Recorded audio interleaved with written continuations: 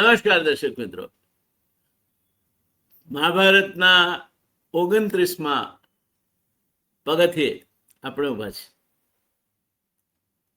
એવા અગત્યની ઘટનાઓ બનવાની છે આ વખતે. મારી ખાસ વિનંતી છે તમને કે તમે જરાય ક્યાંય આગા પાછા ન થતા. બહુ રસપ્રદ વાર્તા છે. તમે જાણો છો તેમ હિડિંબનો વધ થયો. હિડિંબા ભીમ સાથે પરણી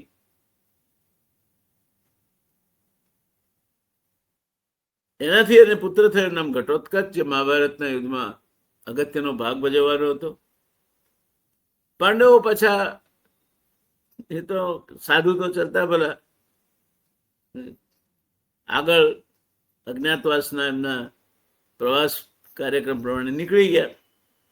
એમની પાસે રાજ્ય નહોતું, સેના નહોતી, સંપત્તિ નહોતી, પણ તેમની પાસે ધૈર્ય હતું, ધર્મ હતો, એકબીજા પરનો અટૂટ વિશ્વાસ હતો અને એક ચોક્કસ દિશા હતી. અને એટલે આ સંઘ કાશીએ પહોંચવાનો હતો. પાંડવો પહોંચ્યા એક ચક્રા નગરીમાં. લાંબી યાત્રા કરી અને તેઓ અહીં પહોંચ્યા હતા. એક નાનકડું પણ સમૃદ્ધ શહેર હતું. એક ચક્ર નગરી બહુ મોટું શહેર નહોતું, નાનકડું પણ સમૃદ્ધ શહેર હતું. પણ તો ઓળખ તો એમની ગુપ્ત હતી.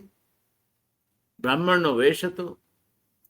એ જમાનામાં બ્રાહ્મણો તીર્થાટન માટે ફરતા રહેતા આ રીતે, એટલે કોઈને શંકા જવાનું કોઈ કારણ નહોતું. એક ગરીબ પરંતુ ધાર્મિક બ્રાહ્મણ પરિવારે એમને આવકાર્યા અને પોતાના ઘરમાં આશરો આપ્યો. પાંચે ભાઈઓ દરરોજ ભિક્ષા માંગવા જાય. જે ભિક્ષા મળે તે માતા કુંતીને અર્પણ કરે અને કુંતી બધામાં સમાન રીતે વહેંચતી. ભીમને વધુ ભોજન મળતું, ભૂખાળો હતો, કારણ કે તેના શરીરને વધુ શક્તિની જરૂર હતી. આ રીતે દિવસો શાંતિથી પસાર થતા હતા. પરંતુ એક રાત્રે પાંડવો પોતાના ઓરડામાં બેઠા હતા અને અચાનક ઘરમાંથી રડવાનો અવાજ આવ્યો. કુંતી બહાર આવી. તેમણે જોયું બ્રાહ્મણ, એની પત્ની, પુત્ર અને પુત્રી ચારેય જોરથી રડી રહ્યા હતા. કુંતીએ શાંત સ્વરે પૂછ્યું, શું થયું બેન? કેમ રડો છો તમે બધા? આટલું બધું દુઃખ? શું એવી આપત્તિ આવી પડી છે? પહેલા તો પેલા પરિવારે કંઈ કહ્યું નહીં. પછી ભારે હૃદય એમણે જે વાત કહી એનાથી કુંતી હચમચી ઉઠ્યા. બ્રાહ્મણે કહ્યું કે આ નગરથી થોડે દૂર એક ભયંકર રાક્ષસ રહે છે. એનું નામ છે બકાસુર. આ રાક્ષસ અત્યંત શક્તિશાળી. ઘણા વર્ષો પહેલા તેણે આ એક ચક્રા નગરી પર પણ હુમલો કર્યો હતો. પ્રજા તેને હરાવી શકી નહીં. એના બળ આગળ ઝૂકવું પડ્યું.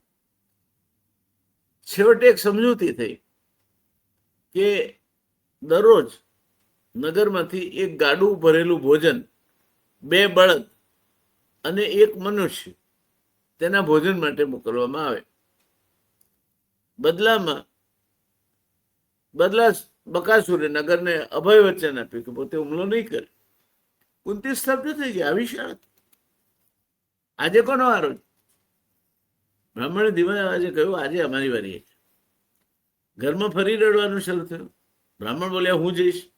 પત્નીએ કહ્યું, ના, હું જઈશ. પુત્ર બોલ્યો, પિતાજી, હું બેઠો રહે તમે મા બાપ જાઓ, યોગ્ય નથી, હું જઈશ. તો નાની પુત્રી બોલી ઉઠી, મારા કારણે તમે બધા બચી જશો. આ દ્રશ્ય જોઈને કુંતીની આંખો ભીની થઈ ગઈ. એક પરિવાર પોતાના જ સભ્યને મૃત્યુ માટે મોકલવાની તૈયારી કરી રહ્યો હતો અને દરેક પોતપોતાનો જીવ નિછાવર કરવા તૈયાર હતો. આવા પરિવારને કેમ ખાવા દેવાય? છેવટે કુંતી પણ માં હતા ને. કુંતીએ થોડો સમય વિચાર કર્યો, પછી ખૂબ શાંતિથી કહ્યું, તમારા પરિવારનો કોઈ સભ્ય નહીં જાય. બધા આશ્ચર્યમાં પડી ગયા. બ્રાહ્મણે કહ્યું, પણ પછી કોણ જશે? કુંતી હસીને બોલી, મારો પુત્ર ભીમ. આ સાંભળી બ્રાહ્મણ ગભરાઈ ગયો. એને કીધું, એવું ના કરાય, તમે અતિથિ છો મારા. અતિથિ તો દેવ કહેવાય, અમે મહેમાનનું બલિદાન કઈ રીતે આપી શકીએ? કુંતીએ વિશ્વાસપૂર્વક જવાબ આપ્યો, તમે મારા પુત્રની ચિંતા ના કરો, મને તેના બળ પર સંપૂર્ણ વિશ્વાસ છે, એટલે ભીમ જશે. હવે યુધિષ્ઠિરને આ વાતની ખબર પડી. યુધિષ્ઠિર થોડા ચિંતિત બન્યા. મોટા ભાઈ છે, છેવટે કુટુંબના વડીલ છે. એમણે માતાને પૂછ્યું, માતા, આપણે હજુ અજ્ઞાતવાસમાં છીએ, કોઈ આપણે ઓળખતું નથી કે આ ભીમ છે ને અર્જુન છે ને આ યુધિષ્ઠિર છે. ત્યારે તું આ ભીમને મોકલીશ ને, પરાક્રમ કરીને આવશે એટલે આપણે છતાં થઈ જઈશું. કુંતી બોલી, ધર્મ માત્ર પોતાની સુરક્ષા માટે નથી. ધર્મ પાળવાનું એટલે આપણી જ સુરક્ષા કરવાની. આપણે જો આપણા કારણે એક નિર્દોષ પરિવાર બચી શકે તો આપણે પાછળ ન હટવું જોઈએ. ભીમ તો પહેલાથી તૈયાર હતો. ઘણા વખત એને હાથ સાફ નતો કર્યો, હિડીમને માર્યો ત્યાર પહેલા. પછી હસીને બોલ્યો, માતા, તમે ચિંતા ના કરો, આવતીકાલે જ બકાસુરને ભોજન મળી જશે. આ સાંભળીને બધા ભાઈઓ સ્મિત કરી ઉઠ્યા. તેમને ખબર હતી કે બકાસુરનો અંત હવે નજદીક છે. ભીમે તૈયારી કરવા માંડી. શું તૈયારી કરી? બીજે દિવસે વહેલી સવારે ગાડામાં અનેક પ્રકારના ભોજન ભરવામાં આવે. ભાત, શાક, ઘી, દહીં, મીઠાઈ અને અન્ય વાનગીઓ. 2 બળદ ગાડું ખેંચી રહ્યા હતા. ભીમ નિરાતે ગાડામાં બેઠા. બ્રાહ્મણ પરિવારને પ્રણામ કરીને જંગલ તરફ જવા નીકળી પડ્યા. પરંતુ ભીમના મનમાં ડર કેવો હોય? એના મનમાં ડર લેશ માત્ર નહોતો. તેના મનમાં તો બીજી જ યોજના આકાર લઈ રહી હતી કે આ બકાસુરનો કઈ રીતે ઠેકાણું પાડવું. એટલે બકાસુર રાહ જોતો હતો. જંગલમાં પહોંચીને ભીમે જોયું કે જંગલ આવી ગયું, નિશાની વાળી જગ્યા આવી ગઈ. બકાસુર આટલામાં જ રહેતો હતો. એટલે આ ગાડું એક વૃક્ષ નીચે ઊભું રાખ્યું. પછી શાંતિથી બેઠો અને ગાડામાં રહેલું ભોજન પોતે આરોગવા લાગ્યો. ભીમ એક પછી એક વાનગી, ઘી, ભાત, મીઠાઈ, દહીં. ભીમ રાજભોગ માણી રહ્યો હતો અને નિરાતે જમી રહ્યો હતો. થોડા જ સમયમાં આખું ગાડું લગભગ ખાલી થઈ ગયું. બકાસુર બેઠેલું ભોજન હતું. પેલા તો એ ઝપટી ગયો ભીમ. આ દરમિયાન બકાસુરને ભોજનની ગંધ આવી. રાક્ષસોની ગ્રહણ શક્તિ બહુ તીવ્ર હોય છે. એટલે બકાસુરને ભોજનની સુગંધ આવી. તે ગર્જના કરતો ત્યાં પહોંચ્યો, પણ સામેનું દ્રશ્ય જોઈ અને ક્રોધથી ધ્રુજી ઉઠ્યો. એક અજાણ્યો યુવાન મજાથી તેનું આખું ભોજન ખાઈ રહ્યો હતો. બકાસુરે ગર્જના કરી, અરે મૂર્ખ, મારું ભોજન ખાવાની તારી હિંમત કઈ રીતે ચાલી? ભીમે પાછળ વળી જોયું પણ નહીં. તમારે કોઈને ઇગ્નોર કરવો હોય ને, કોઈને વધારે ખીચવા હોય તેને ઇગ્નોર કરવાનું, ધ્યાન જ નહીં આપવાનું. એને પાછળ વળીને જોયું પણ નહીં. શાંતિથી જે કરતો હતો, જમતો હતો તો જમતો રહ્યો. થોડી વાર પછી હસીને બોલ્યો, જરા થોપ, હજુ થોડું બાકી છે, જમી લેવા મને. વચ્ચે જમતા જમતા તું હેરાન કરે છે મને, શાંતિ રાખ. આ જવાબ સાંભળીને બકાસુરનો ક્રોધ આસમાને પહોંચી ગયો. બકાસુરને શેરના માથે સવાસોર મળ્યો હતો આજે, એ ખબર નહોતી એને. બકાસુરે વિશાળ વૃક્ષ ઉખાડી અને ભીમ પર ફેંક્યું. યુદ્ધ કઈ રીતે થાય છે, આખું ઝાડી ડાળી નહીં, વિશાળ વૃક્ષ ઉખાડી અને ભીમ પર ફેંક્યું. ભીમ ઊભો થયો. એક હાથથી જ તે પ્રહાર રોકી દીધો. પછી બંને વચ્ચે ભયંકર યુદ્ધ શરૂ થયું. મુક્કા, લાતો, વૃક્ષોના પ્રહાર, વિશાળ પથ્થરો. સમગ્ર જંગલ ધ્રુજી ઉઠ્યું. પક્ષીઓ ઉડવા માંડ્યા, જંગલી પ્રાણીઓ ભાગવા માંડ્યા. બંનેની ગર્જના દૂર દૂર સુધી સંભળાતી હતી અને યુદ્ધ મહાયુદ્ધ તરીકે ચાલી રહ્યું હતું. આ જંગલે આવું યુદ્ધ પહેલી વાર જોયું. ઘણો સમય યુદ્ધ ચાલ્યું, પરંતુ ધીમે ધીમે ભીમ બકાસુર પર ભારે પડવા લાગ્યો. બકાસુર થાકતો જતો હતો. એક ક્ષણે તેણે બકાસુરને બંને હાથથી પકડી લીધો, જોરથી જમીન પર પટક્યો અને પોતાના અદ્ભુત બળથી એની ગરદન જ મચડીને તોડી નાખી. ગયે કામ છે. બકાસુરનું વિશાળ શરીર નિર્જીવ થઈને જમીન પર પડી ગયું. વર્ષોનો આતંક એક ક્ષણમાં સમાપ્ત થઈ ગયો. ભીમે બકાસુરના મૃતદેહને ખેંચીને એક ચક્રા નદીના મુખ્ય દ્વાર પાસે મૂકી દીધો. પછી શાંતિથી પોતાના નિવાસને પાછો આવી ગયો. સવારે નગરના લોકો બહાર આવ્યા. બકાસુરનો મૃતદેહ જોઈ સૌ પ્રથમ તો કોઈ વિશ્વાસ જ ના આવ્યો. ધીમે ધીમે સમાચાર આખા નગરમાં ફેલાઈ ગયા. પ્રજામાં આનંદની લહેર દોડી ગઈ. લોકો ભગવાનનો આભાર માનવા લાગ્યા. પરંતુ બકાસુરને માર્યો કોણે? આ પ્રશ્નનો જવાબ કોઈને મળતો નહોતો. પાંડવે પોતાની ઓળખ ગુપ્ત જ રાખી. તેઓ પ્રસિદ્ધિ માટે નહીં, ધર્મ માટે આ કાર્ય કર્યું હતું.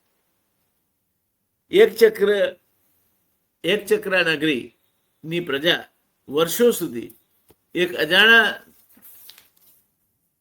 નાયક અથવા દેવતાની વાત કરતી રહી, જેણે એમના માથે ઝળુમતા મોતમાંથી કાયમ માટે મુક્તિ આપી. દેવતા આવ્યા હતા. કોઈ કહે કોઈ મહાન ઋષિએ રાક્ષસનો વધ કર્યો, પરંતુ સત્ય માત્ર થોડા લોકો જાણતા હતા. ભીમે ફરી એકવાર સાબિત કર્યું, સાચો યોદ્ધા પોતાનું પરિક્રમ જાહેર કરવા માટે નહીં. સાચો યોદ્ધા હોય ને એ પોતાનું પરાક્રમ જાહેર કરવા માટે નથી લડતો, પરંતુ નિર્દોષની રક્ષા માટે લડે છે. આ બાબતમાં મારે શું કેવું છે? બકાસુરની કથા માત્ર રાક્ષસોની વાર્તા નથી. બકાસુર દરેક યુગમાં અલગ અલગ સ્વરૂપે જન્મે છે. ક્યારેક ભ્રષ્ટાચાર બનીને જન્મે છે, ક્યારેક આતંકવાદ બનીને જન્મે છે, ક્યારેક સંગઠિત ગુનાખોરી બનીને જન્મે છે, અને ઘણી વખત સમાજના ડરને કારણે સમાજ એની સાથે સમાધાન કરી લે છે કે ભાઈ એ દારૂનો અડ્ડો ચલાવે છે કે જુગારનો અડ્ડો ચલાવે છે, ચલાવતો ને આપણને ક્યાં નડે છે, ચલાવી લે છે સમાજને. પેલો હપ્તો ઉઘરાવે છે, ઉઘરાવો તો. મહાભારત કહે છે અન્યાય સાથે સમાધાન કરવાથી અન્યાય ક્યારેય સમાપ્ત થતો નથી. સમાજમાંથી જ કોઈ એક ભીમે ઉભા થવું પડે છે, એ બહારથી આવતો નથી. મેનેજમેન્ટ નેતૃત્વની દ્રષ્ટિએ જોઈએ તો નેતૃત્વનો પ્રથમ ધર્મ છે સૌથી નબળા વ્યક્તિની સુરક્ષા. નબળા વ્યક્તિઓ પોતાની સંસ્થામાં જેને બધા સતાવતા હોય એને સુરક્ષા પૂરી પાડવી. જો એક નેતા પોતાના લોકોમાંથી કોઈ એકને પણ ભયમાં જીવવા દે તો તેનું નેતૃત્વ અધૂરું છે. એની હાજરી માત્રથી સૌને સલામતીનો અહેસાસ થવો જોઈએ. એ જ સાચો નેતા છે. બીજી મહત્વની વાત એ છે કે સાચા નેતાને શ્રેયની નહીં, પરિણામની ચિંતા હોય છે. કોને શ્રેય મળશે, કોના ફાળે આનું કીર્તિ જશે, એ બહુ ચિંતા નથી હોતી. પરિણામ શું આવશે એની ચિંતા હોય છે. ભીમે બકાસુરનો વધ કર્યો, પરંતુ પોતાનું નામ જાહેર કર્યું નથી. આગામી એપિસોડમાં દોસ્તો મહાભારત એક નવા અને અત્યંત મહત્વપૂર્ણ તબક્કામાં પ્રવેશશે. મહર્ષિ વ્યાસ એક ચક્રા નગરીમાં શા માટે આવે છે? તેઓ પાંડવોને પાંચાલ જવાની સલાહ કેમ આપે છે? દ્રુપદ રાજા દ્રૌપદીના સ્વયંવરની તૈયારી કેવી રીતે કરી રહ્યા છે? અને દ્રૌપદી તથા ધૃષ્ટદ્યુમ્નના અગ્નિકુંડમાંથી જન્મ પાછળનું રહસ્ય શું હતું?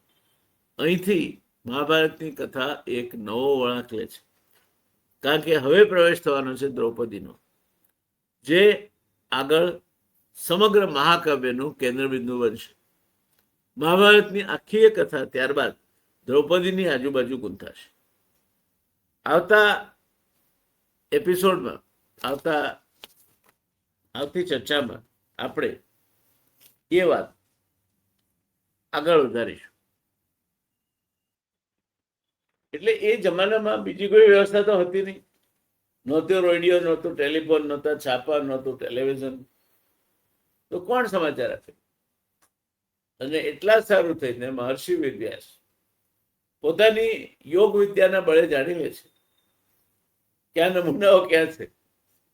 અને એક દિવસ એક ચક્રા નગરીમાં આવી જાય છે. એમના આવવાનું પ્રયોજન અને આગળ પછી દ્રૌપદીનું આગમન થશે આપણી કથામાં. દ્રૌપદીની આજુબાજુ મહાભારતની કથા ગોઠવવાની છે. આ બધી ઘટનાઓ હવે 30મા હપ્તાથી શરૂ થશે. એટલે આ હપ્તો મેં તમને શરૂઆતમાં કહ્યો હતો એ ઘણો અગત્યનો છે. માત્ર બકાસુર વધ પૂરતો મર્યાદિત નથી. આ હપ્તો એક એવા વળાંકનો હપ્તો છે કે જ્યાંથી મહાભારતની કથા એક જબરજસ્ત વળાંક લેવાની છે. એ વળાંક કેવો હશે, શું થશે, એની ચર્ચા હવે પછી આપણે જોઈશું. જય શ્રી કૃષ્ણ. ઓમ નમો ભગવતે વાસુદેવાય નમઃ.